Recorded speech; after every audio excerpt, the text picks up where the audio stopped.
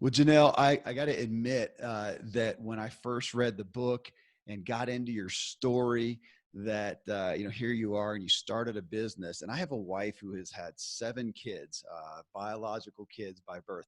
You started a business at 9 months pregnant. And I thought that's more than a little odd. It wasn't 7 months, not 7 months pregnant. It's not a month after, but really 9 months into it. And you didn't really say in there what prompted that timing. I want to know. Okay. Well, I'm happy to share. I had been working in a career job in the medical field as an administrator for a number of years, and I was just really grinding away, working way too many hours. And a change happened with that job where I left that and shortly after found out that I was pregnant. Mm. And so really the journey of my pregnancy was thinking about, God, what is it you want from me now? Because this really hasn't been working. I haven't been being the mom that I want to be, and really started looking at what my priorities were. And I thought I would like to look at being able to do something from home where I could be primarily a great mom to my kids, but also use my business gifts and skills. And so I had the opportunity to start a small cleaning company, and it just kind of came about where it was toward the latter part of my pregnancy where the opportunity really became available, and it was hot. And so, yes, nine months pregnant, I'm signing the paperwork to start up my own business out of my living room, running a small janitorial cleaning company. Yeah.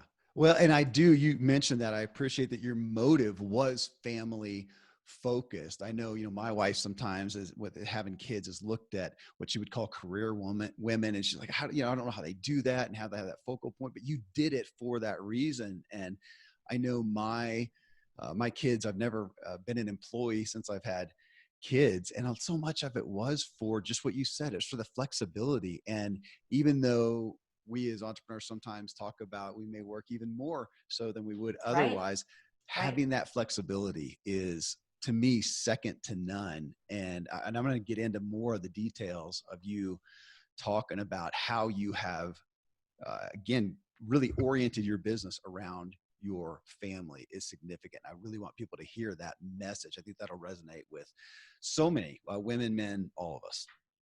Great. Happy to do that. Tell me why janitorial, because you talked in there, you say, first meeting that you had to get this kicked off, you didn't know a ton about it. Did you just see that there was an opportunity, or had you seen a problem that you thought you could fix? What drove you to this industry that, again, you said it's not like you grew up in this and had some incredible knowledge in there? Right. Great question.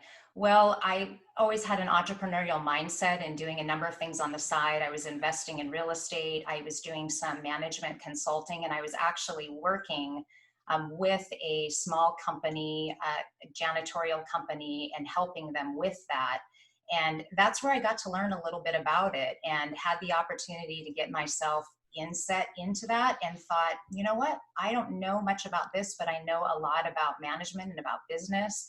And this is something that I may not know about the janitorial side, but that I can learn, and I can bring to it what I know as far as business practices and taking care of clients. And that's what I can bring. I can learn the rest. And Yeah. and as I mentioned in my book, I started my very first meeting with just a handful of janitorial team members. And I said to them, you guys, I don't know anything about the janitorial industry, but you do, and you can teach me about it. But I do know something about business, and I can bring that side. And together we can take really great care of our clients and take care of each other. And this company will grow, and we'll do well and thrive. And that's exactly what happened. We worked together as a team, and having the right team around you, of course, makes all the difference. And I wore all the hats in the beginning for sure. Well, there's a book that I have not even totally read yet. It was sent to me. They want this guy, the author, to be on the show, but it's called Billion Dollar Brand Club by Lawrence. I think it's in Gracia. And I read an excerpt somewhere recently where he was talking in there and about how many of these billion-dollar brands the founders didn't know so much about their industry and how interesting that is. And so you depict that. So you talked about hiring people who knew. Did you lean more on that? I'm going to hire people who already know the industry initially than you sitting down with janitorial 101 and figuring it all out? Yes, I did. I really, on that side of it, had them teach me what they knew about the industry themselves. And of course, did my own self studying as well. And I really believe the leader, it's our role to lead from the front, but also to come alongside. And I needed to roll my sleeves up and learn all about it. And so I got in and I cleaned with the team and got out there and did the job with them. And I really believe that's important. And I've always had the mantra of you need to come alongside the team. You need to come alongside and you need to be willing to do whatever job that you're asking your team members to do. And that's been successful for us. So just from a technical standpoint that people will wonder, I read that what you said just a minute ago, when you first started the company, you had the first team meeting as you're kicking off, you had some people already set up. I assume you had some aspect of startup money, whether it was your own that you saved or some investor money. How did you make that happen to have people ready to go to work day one?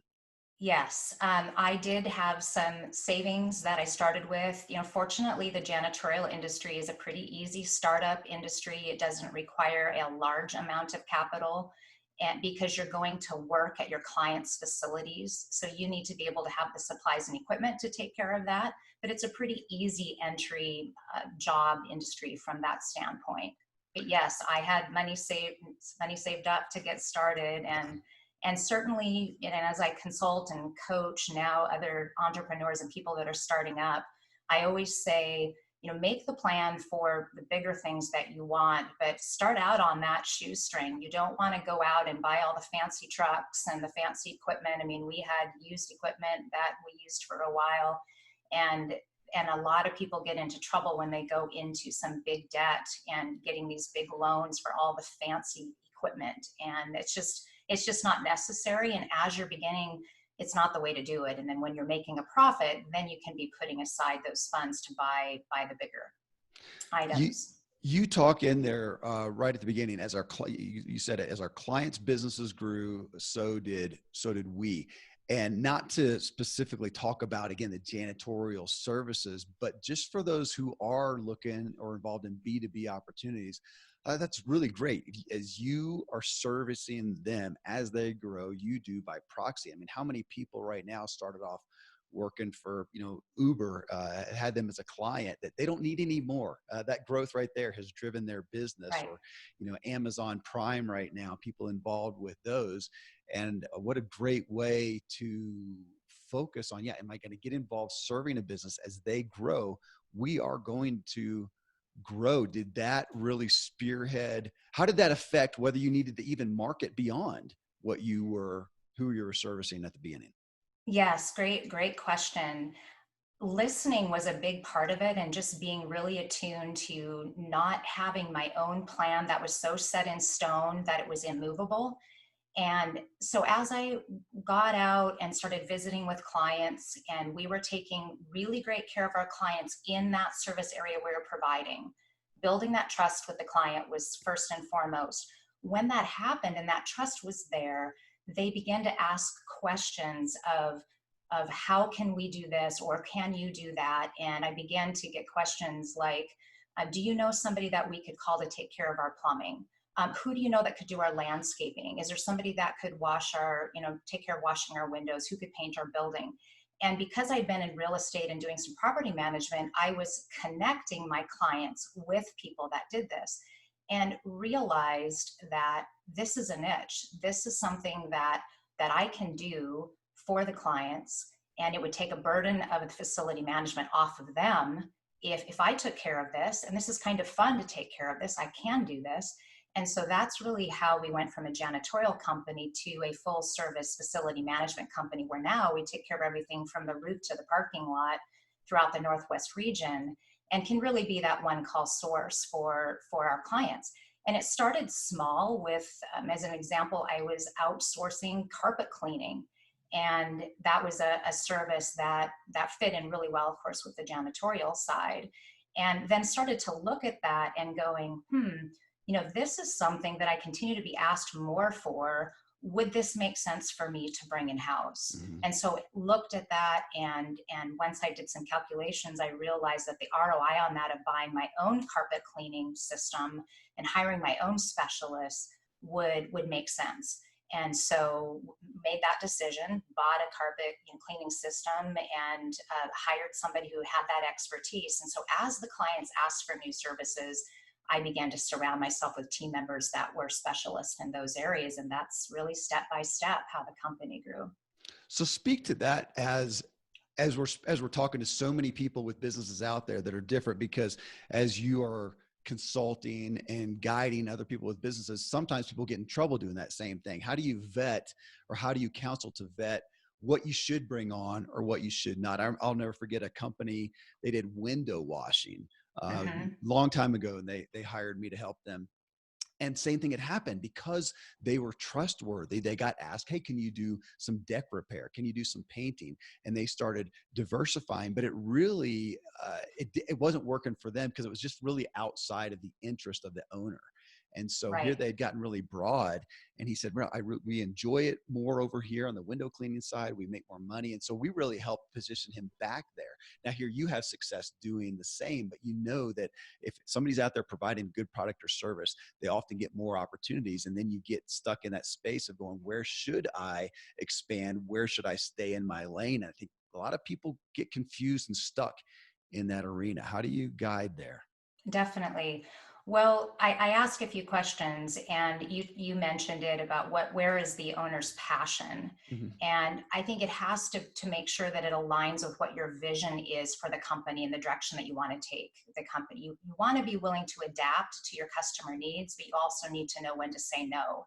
And as an example, we were asked to do a number of services that we said no to, that we didn't expand to. Okay. Security services, as an example, a lot of colleagues in our industry do security services, and we evaluated that as a management team and just decided that that wasn't a route that we wanted Okay. to go. So I think that that's, as each opportunity comes along, there's a lot of, I call it shiny object syndrome. There's a Yeah, lot of sure. shiny things that come along that we may get distracted by. And that's why it's important to set the goals of your company and then to revisit them and make sure that if you've set up these particular priorities, these particular service lines, that you stick with that, and then reevaluate from time to time to see if you need or want to adjust. Okay, well, on that note of setting the vision of the founder, the entrepreneur, coming back to family again as your primary purpose, really appreciate the story. You say you hired an industry consultant who you respected, and you Yes. talked about wanting to grow the business, but work less than full time. And you were told by this person that you had hired, that you respected, that you wouldn't be able to continue to grow without anything less than full time, and actually needed to commit to more than 40 hours, 50, 60 hours. Right. And you of course did not follow that, and you decided to commit to part-time. Over the next 2 years you grew 130%. Okay, so as we read that and as we understand that, do you look at that and say you chose, I don't know if you say you chose to, but you were able to do that because you worked smarter? Or did you could theoretically, and I'm putting it at the options out there maybe, that to see what you did, but obviously you could look at that and go, you know what, I'm going to take less personal income and hire and delegate so I don't have to do full time. Or how did it pan out for you to be able to stick to your value, part-time Hmm. work, and yet Hmm. grow your company? How'd it work out? Well, I will say that that is a constant challenge. And I'm sure for a number of the listeners today who are high achievers, I love to work and I have a big work ethic, and it just brings a lot of joy and satisfaction to work. So I am one of those that has to pull myself back because Yeah. I could become a workaholic. I did for a while, had to pull myself back from that. And with this conversation with the consultant, I was realizing that there was a lot of opportunity in our business. And I had been maintaining a part time, less than full time work schedule to be there for all of the growing up moments of the kids. And really respected this consultant, thought I'm going to meet with him because I just see some big opportunities here. And he told me just exactly what you said, that, Janelle, that this isn't going to work. Great idea, but you need to really put the time and effort and a lot of hours to take this to the next level. And two decisions came out of that. The first, he told me I can't do it. And I don't deal with that very well. For people telling me that I Yeah. can't, then I want to figure out a way that I can. And so that really posed the question for me is, well, he says I can't. And I believe that we can do most of what we set our mind to. and I'm going to figure out a method to that. Yeah. And part of that was really learning how to work smarter, evaluating what I was really the best at in the company, where I brought the most value, what I not only was most passionate about, what I loved doing, but where I brought value to the company, and then looked to delegate the rest to other people that could do it better. And part of that at that time was really looking at the operations side, which I'm more vision, strategy, people, love developing people.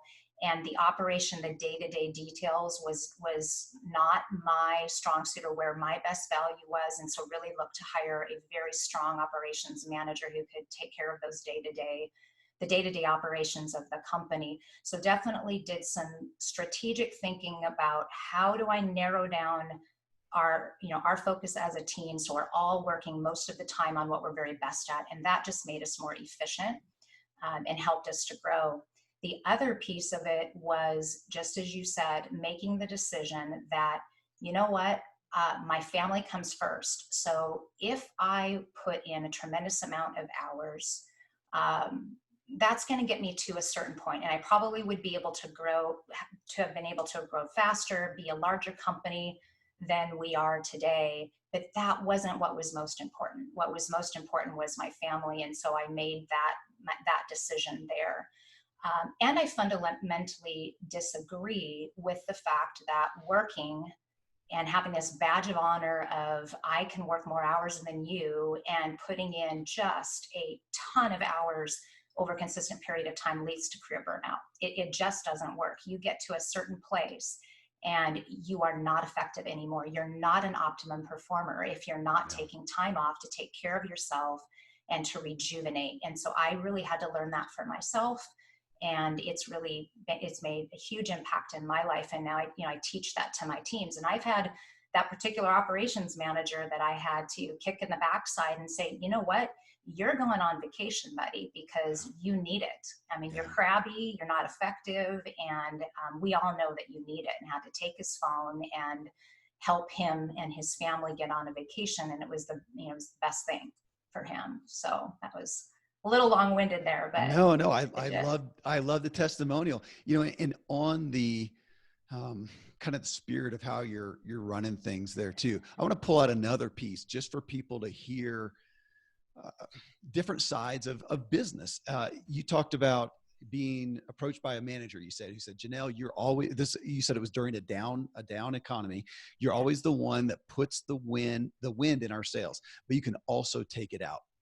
So when I read that in the book, I was actually at home and I was thinking about how relevant that is for me as a parent.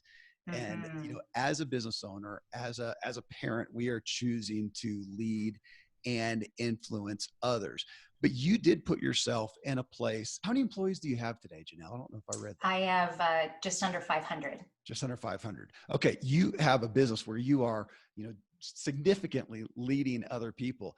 I am not a good manager. I struggle with it. I'm an introvert. I'd rather just stay in a hole and write all day, which is pretty much, what I do. Now, you still have to have people help you. So I find myself hiring other companies, other independent contractors that I don't have to manage, that I don't have to lead. And I always thought about that. I've been cognizant of that. My dad is buddies with Dave Ramsey. They have been for 30 years now. Dave has I have no idea how many employees he has in his own building.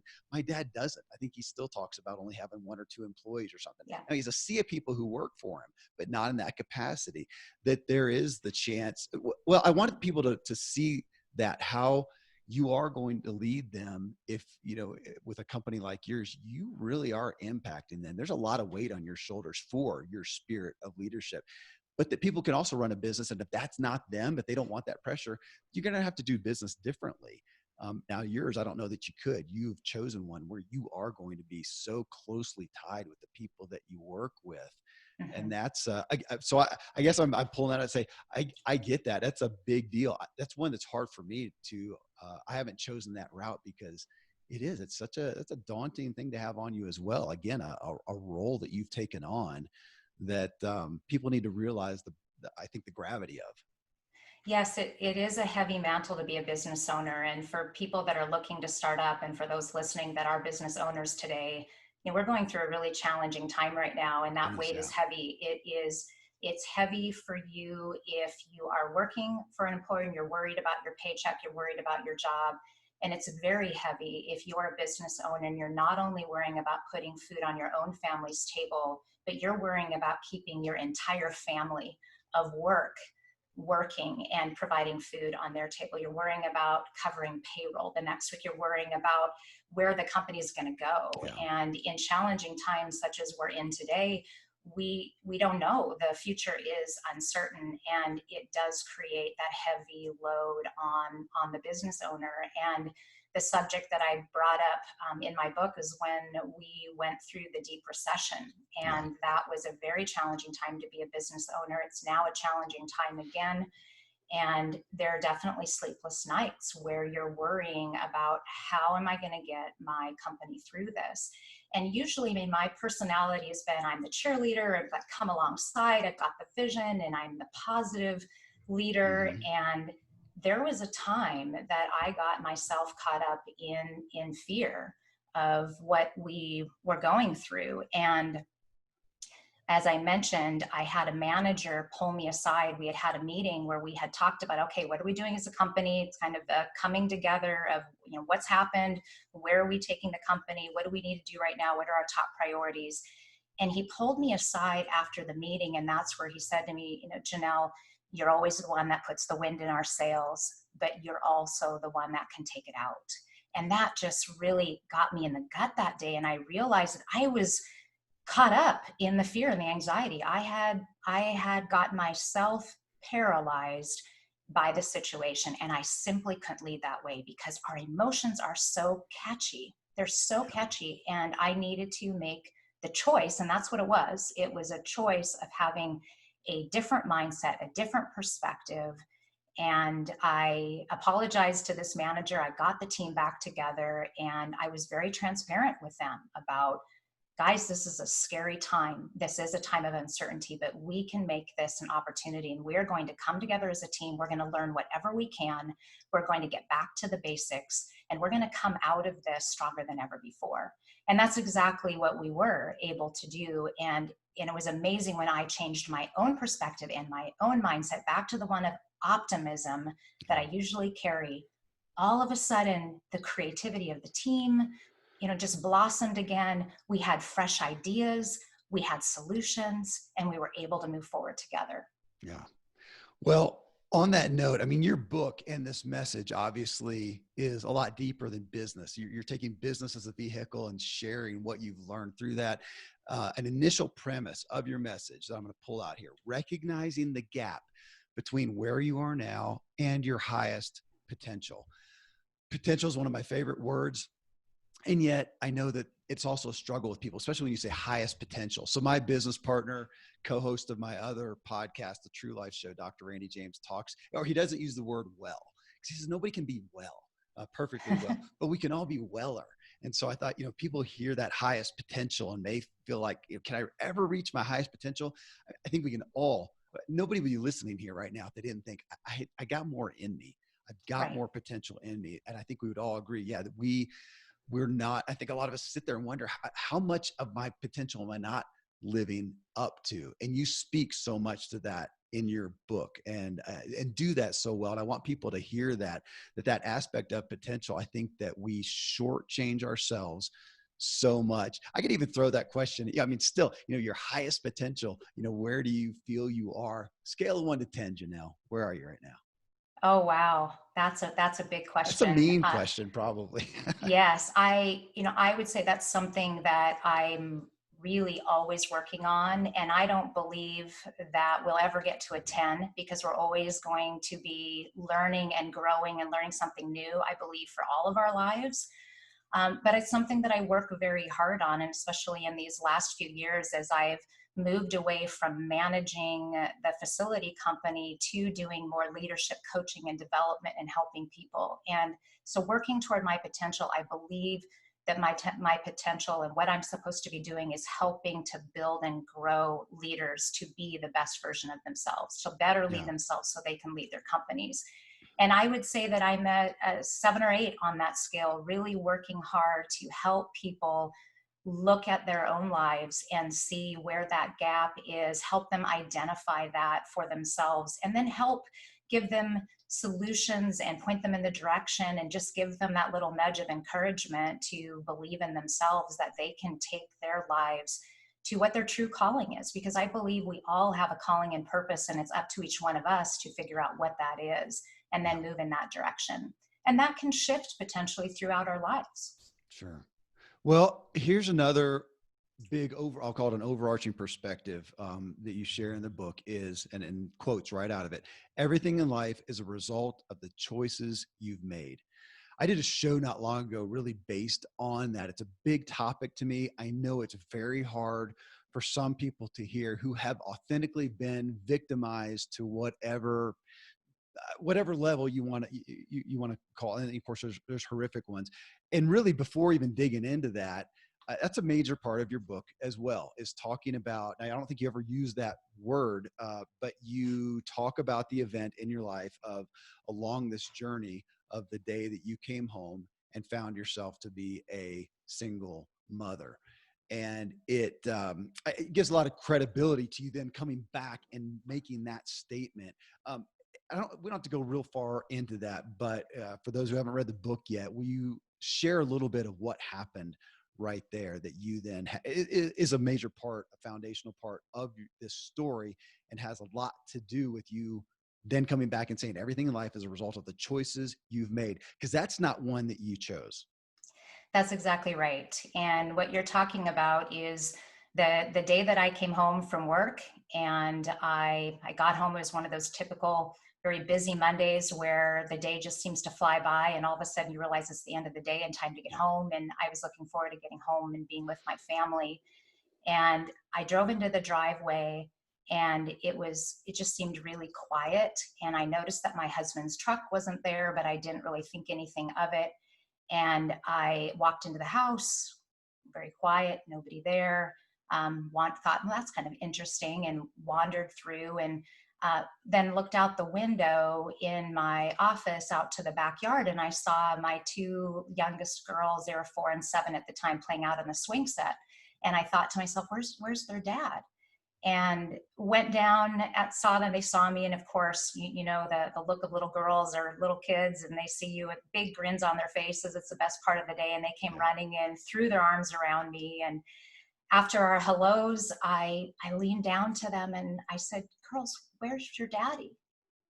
And they looked at each other, and then they looked up at me. And the little one said, Mommy, Daddy's not here. He left with a suitcase.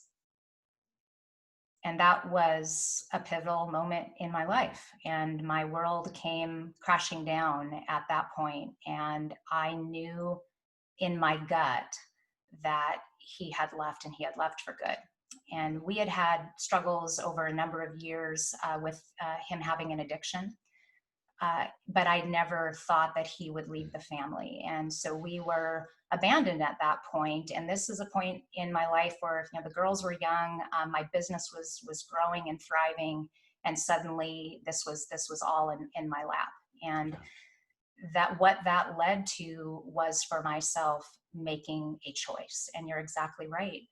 We don't always choose the circumstances that we find ourselves in.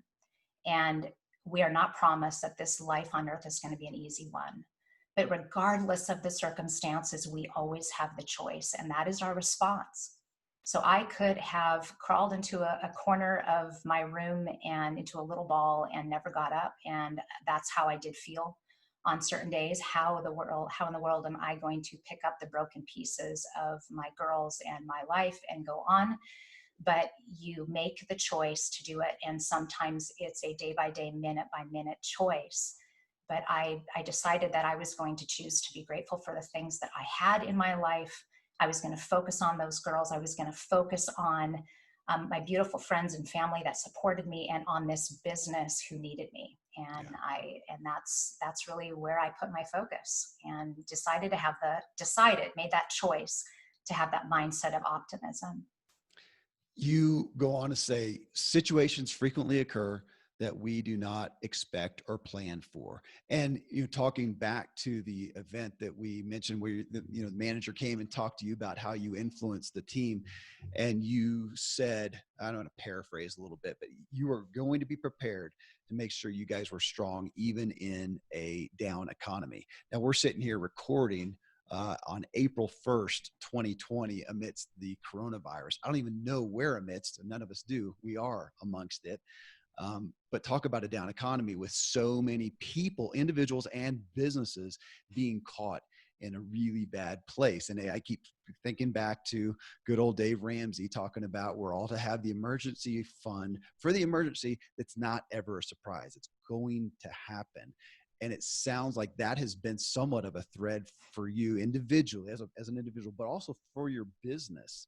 Well, you know what? And I can ask, what's happening with you guys right now? I mean, so we talk about a down economy. A lot of those companies that you take care of, I'm sure, have the doors shut right now. So you're surely not cleaning for them, and you've got these employees that need an Right. income. How's it going? Yes, it's definitely a tough time for so many businesses right now. And in our business, fortunately, we are considered an essential service. So we have been called to the front lines of the offense against COVID-19. And so our people have been all suited up in PPE and out disinfecting buildings. So we have been able to keep the majority of our team employed. We also, as you mentioned, we've prepared ourselves. You never know when those down economies are going to come. I don't think anybody could be prepared for where we are today and what we're facing today, but you can be prepared along the way to not have your debt in a place where it's not manageable, to be able to have room in your cash flow to be able to cover payrolls when client monies aren't coming in, or the AR dries up and freezes for a while. So we had set those things in place, of course, just to be prepared, always preparing for the contingency plan of what if my business drops 20% overnight, what would we do? And we have that in writing so that we knew, if you're going to lose one of your largest clients or whatever may happen, that you always have something to be prepared. I think the biggest message, and as I'm coaching today and being in the influencer space, is the clients that I'm working with, the biggest driver is being paralyzed by fear right now. And the biggest message is we cannot, as business leaders, let fear win. We have to step up and be the courageous leaders that our teams need, that our companies need. And as hard as that is our job as a leader. And that doesn't mean we're not afraid, because I'm afraid too. I'm concerned for my teams. I'm concerned for the future. But that is not what we need to focus on right now as business leaders. We need to be that shelter in the storm for our teams and for our clients. We need to free our own mindset so that, as we talked about before, we can be creative, because this is the time in hardship that we can find those opportunities, that we can serve our clients in new ways than ever before. In my coaching and leadership development company, all of the training has been shut down, that the conferences and speaking and those type of things have been shut down. And so we've switched to our online programs, doing Zoom calls like we're doing today. And so just figuring out those ways as a team that you can adapt and get your team around you and talk about those things. So let me pull out another statement here from you that's interesting to me. You said, before you make a change for the better, you must realize the life you are living is not working for you. It's an interesting statement, because I think so many of us, we can look at a new desire, a new goal, a new achievement, a higher potential, as we talked about before, Right. that we want to achieve. And you're saying, wait. Before you do that, you realize the life you're living is not working for you. It made me think of, and I've mentioned this, I don't know why it's been on my mind a lot lately, W. Edwards Deming. He said, every system is perfectly designed to get the results it gets. I felt like you were calling us back to that. So you're saying, so I want you to unpack that a little bit. Before you make a change for the better, you must realize the life you are living is not working for you. Tell me more about that. Yes. Well, one of the things that I spend time on with my clients is goal setting, and to create that vision of what they want their life, their business to look like, if it's the best version of themselves, if their company is providing the best things, what does that look like? And before you're creating those goals, you have to take that step back and see what's working and is not working. So in your own personal life, and I know we have many people listening that are developing their own selves, personal and professional development, we have to stop first and reflect on our own lives. And so in the book, I talk about a reflection process. This is really important. I do this for a couple of weeks at the end of each year, but I'm doing it on a quarterly basis as well. You have to take that time to look back and see what are those things in your life that are working for you, that are creating joy and fulfillment, and what are those things that are keeping you up at night that aren't working, and evaluating, this holistic approach to your life, not just looking at, well, hey, financially I'm doing well, but over here, I'm not spending any time with my kids, or I'm not taking care of my health, and just this holistic approach of your life, a holistic approach of your business and all of the facets, and what's working and what's not. Because only when you identify that then you can decide what you're going to change and go forward to make things better and to reach that highest potential. Yeah. You, with your coach's hat on, again, you make a statement in there about, or maybe it's a chapter, but listening to your own voice. And when I heard that, it was in reference to, watch out whose other voices you're listening to out there. Make sure you're listening to your voice, which I get, though I know a lot of people who hear that don't have confidence in their own voice. And I wonder, to some standpoint, if there's an if-then aspect of that. Listen to your own voice. Because here you are, and as a coach, if you're seeking guidance, if you're getting positive input, if you're seeking wisdom, there is some kind of that aspect of, God will work all things for good to those who are called according to his will. It's not a blanket statement. It's just kind of that if-then, that listening to your own voice. Maybe give us some discernment in that, listening to your own voice. But yeah, if you are not feeding it correctly, is there a place to be cautious of your own voice as well? And I think a lot of folks struggle just with that statement, though, because they're not sure whether to believe they've made the mistakes, especially that. And we all have. I've made mistakes. Can I trust my own voice? And you're saying, listen to your own voice. And there's tension there, but talk to that a little bit, if you would. You bet. Well, you do have to determine for yourself what your most important priorities are. And I have some tools in the book to help you define and narrow that, because it's different for all of us. We're all going to have different things that are important to us. And so when I talk about listening to our own voice, it's listening to our own voice to make sure they're aligned with what our purpose and our values are. And where it's easy to get caught up and with a success lie is we buy into the lie of what society says success looks like, what society's version of success is, and not even really paying attention to what success means to us. And that's very important, that we know what it is that's most important to us. And by taking time to reflect, to do some reflection, to go through the assessment, to talk about identifying what are those most important things to you, and really narrowing it down so that you can then have that as your compass, and that's your foundation that you go from. And for you and I, faith is a big component of it. And so that is the compass that can help drive the decisions that you're making. And so I ask people, in the book, and the people that I coach, is, when you look at yourself in your work, is your work aligned with your values? And is the life that you're living aligned with those values? And if you don't know what those are, then that is something that you need to get some help on, that I help with, and the book can help with. We need to surround ourselves with mentors that are positive roles in our life.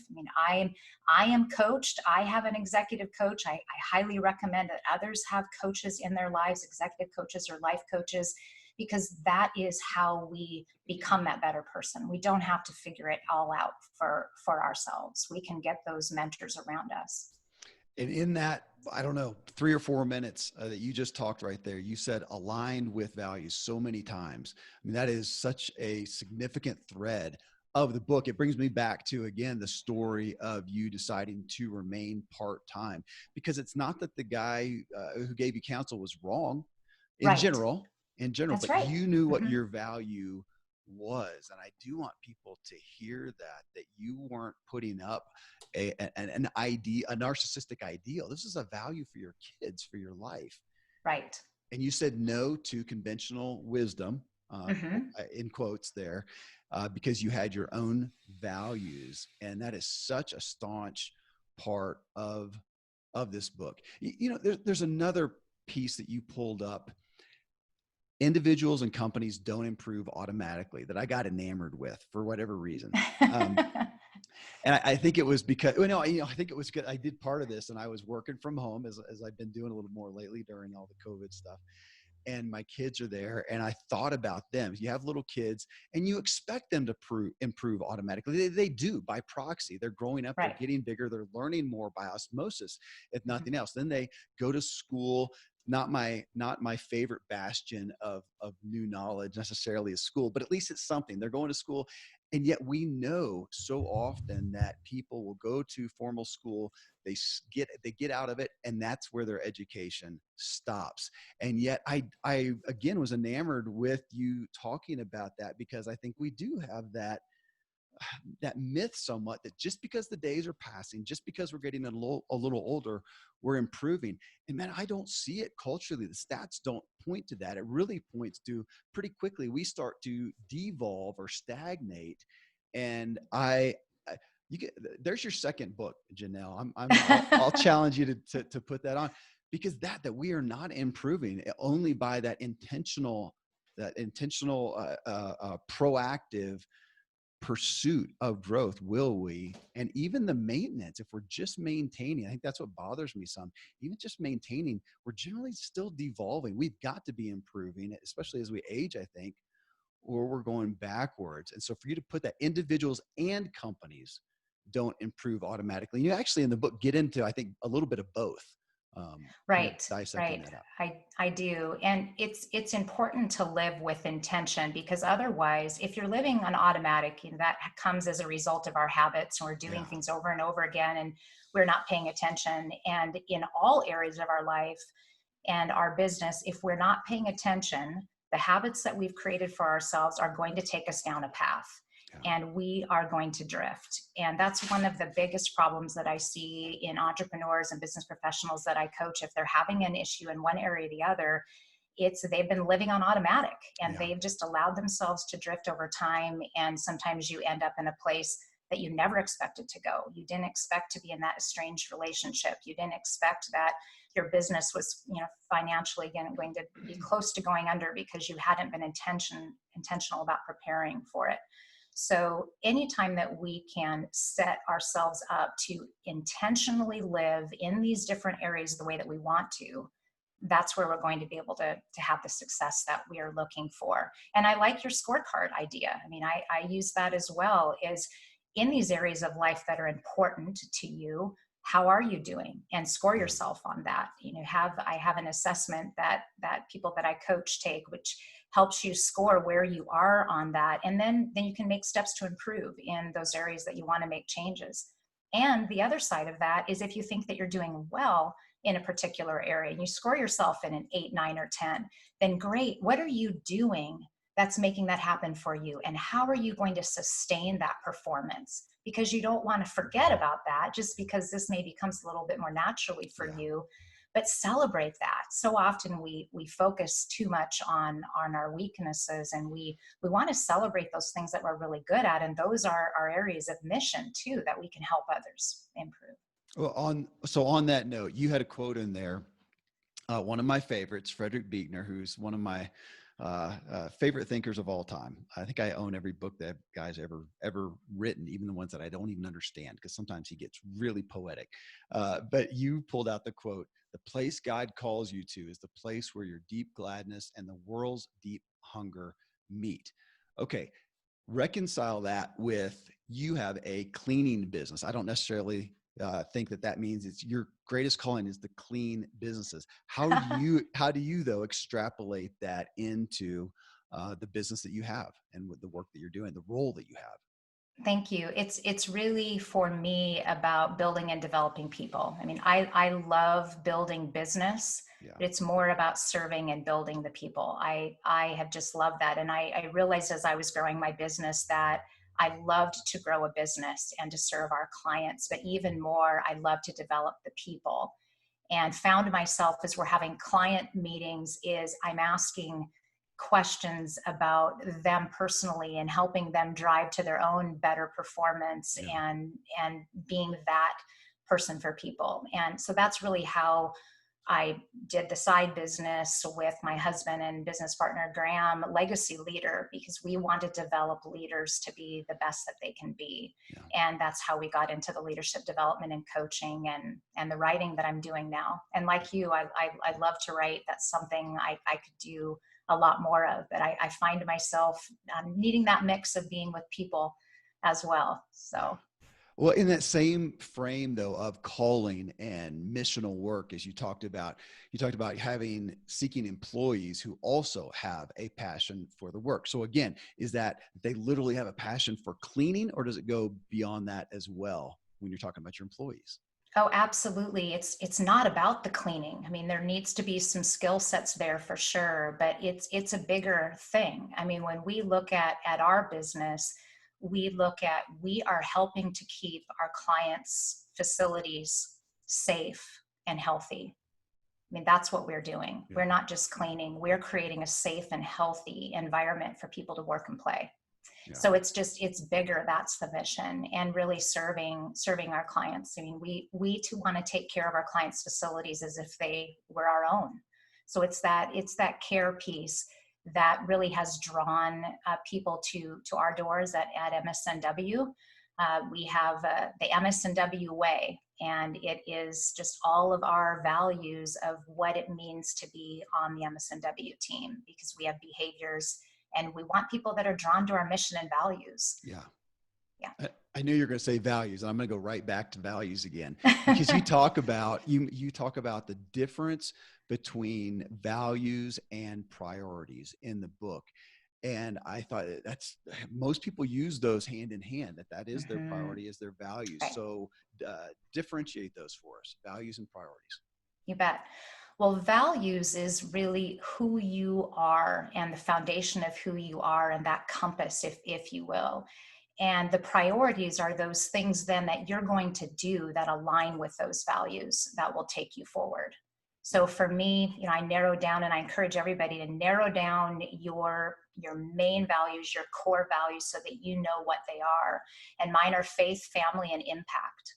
And if I make sure that everything that I do aligns with those three things, and if it doesn't, then I'm not on the right path. And my mission is to impact others, to be able to help others grow in their leadership. And so if I'm not creating that positive impact in the work that I'm doing, then I'm not aligned with my values. So then as I set goals for myself personally, for our family, for our companies that I'm leading, we set priorities, and we just make sure that they're aligning, back to our company values, which ultimately company values look a little different than your personal values, but they're still aligned. So I suggest for people, if they are the business owner, you need to know what your own personal values are first, and then you create your company values, and they're really going to come out of that. And I'd be remiss with you talking on that if I didn't remind people, if you have not heard, I think I've done 2 interviews with Dina Dwyer Owens, and she has the book Values Inc. Type in Dina Dwyer, Dwyer Owens, The Ziglar Show, you'll find that. And she goes deep, we go deep into that aspect of having these values set for your company. You make a statement on this aspect as well. Look behind one's behavior, and you will likely uncover the values behind them. Reconcile that with also people's behavior that belies their fears, their insecurities. Reconcile that with, again, those values. Is that because I think values still fit in there as they're leading, with these behaviors. it does belie the root, let's say the root issue. Right. Hopefully it's values. Sometimes it Hmm. is fears and securities. Sure. And again, how people need to be able to reconcile that for themselves. Right. Well, again, the reflection piece on taking the time to look at yourself, to look at yourself in the mirror, to see how you are behaving, Yeah. to get feedback from those that are closest to you, to have those kind of relationships where people will call you on a behavior that you don't want to exhibit. And we do this at our work. We establish the MS&W way, these company behaviors.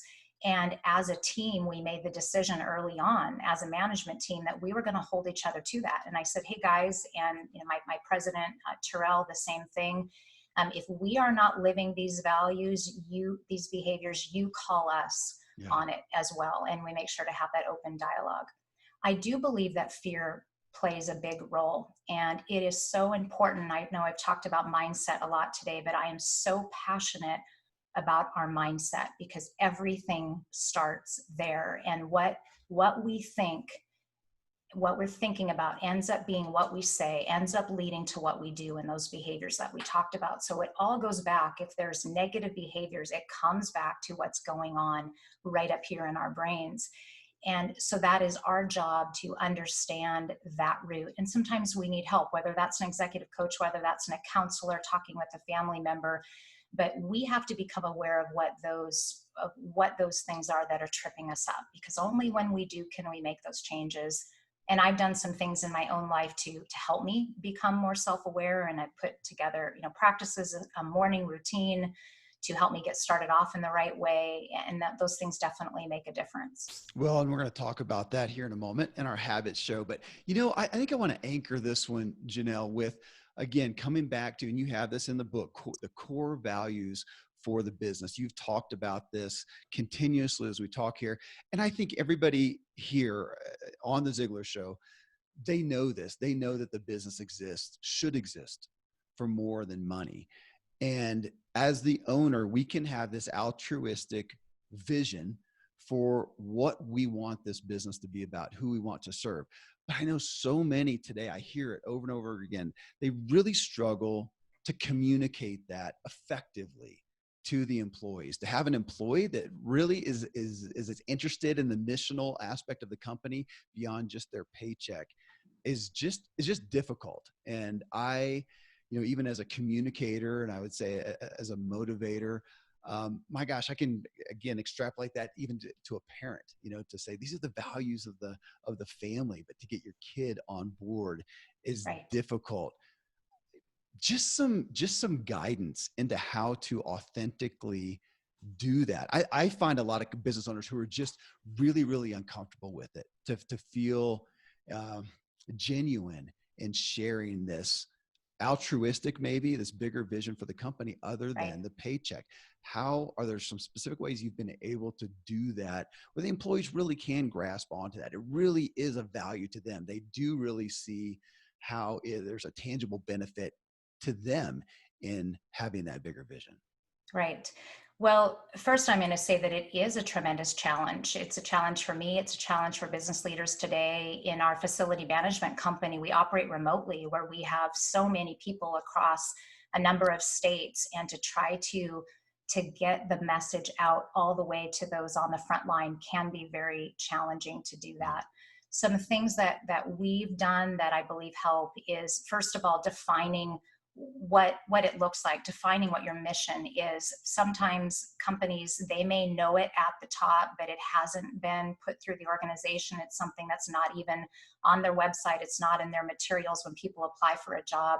We actually, as part of our hiring process, we are talking in the interview process already. This is what it means to be a part of the MS&W team. Does this feel like it's a fit for you? And we actually have them speak to some of the company values and why they want to come work for our company. And we find that out up front, and we talk about those things up front. We also do a lot of things with the team. I talked about our care culture and just this focus of care on our clients, our team, and also our community, So we put things in place for our team members around the region to get involved in the care process. So in doing things in the community, we have a care fund where people can take $1 out of their paycheck or whatever they'd like, that goes towards supporting people within our own company who have needs or for community needs. So they're all getting to participate in that.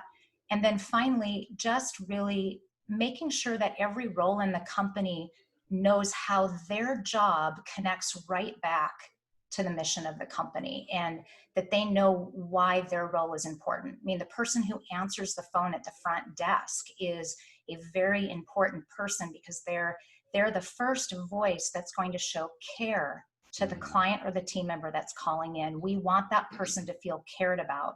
So what does that look like? That means they answer the phone, immediately. They answer with a very friendly and positive voice, that they are a person of that's authentically a caring individual. So that's just one example. No, I love that one because, as you know, we have a corporate culture right now where more and more people are removed from the end result, the end user, and they don't even know. I couldn't get out of bed without knowing the impact that my work today does. And we have businesses, as you know, where they're just, you've got to have, here's the front lines out here, and it's being run by a high rise back here in this city. And if they Right. don't know how it affects, it takes its toll on people. Janelle, I'm grateful for you going beyond your role as business owner and doing the writing to bring this forward, to bring your journey and to bring your heart. The message alone, just on values, on knowing what they are and not moving from that and finding success around it, is just tremendous. So my big thanks to Tom Ziglar, who I think 3 times said, Kevin, you've got to get her on the show. Now I know why. So thanks to him for doing that. And thanks for taking the time to share with us. I know it'll be just a great boon of spirit for everybody who's going to hear, Janelle. Well, wonderful. Well, please, if you haven't read The Success Lie, 5 Simple Truths to Overcome Overwhelm and Achieve Peace of Mind, pick up the book, connect with me on social media. I'd love to connect with you. Absolutely.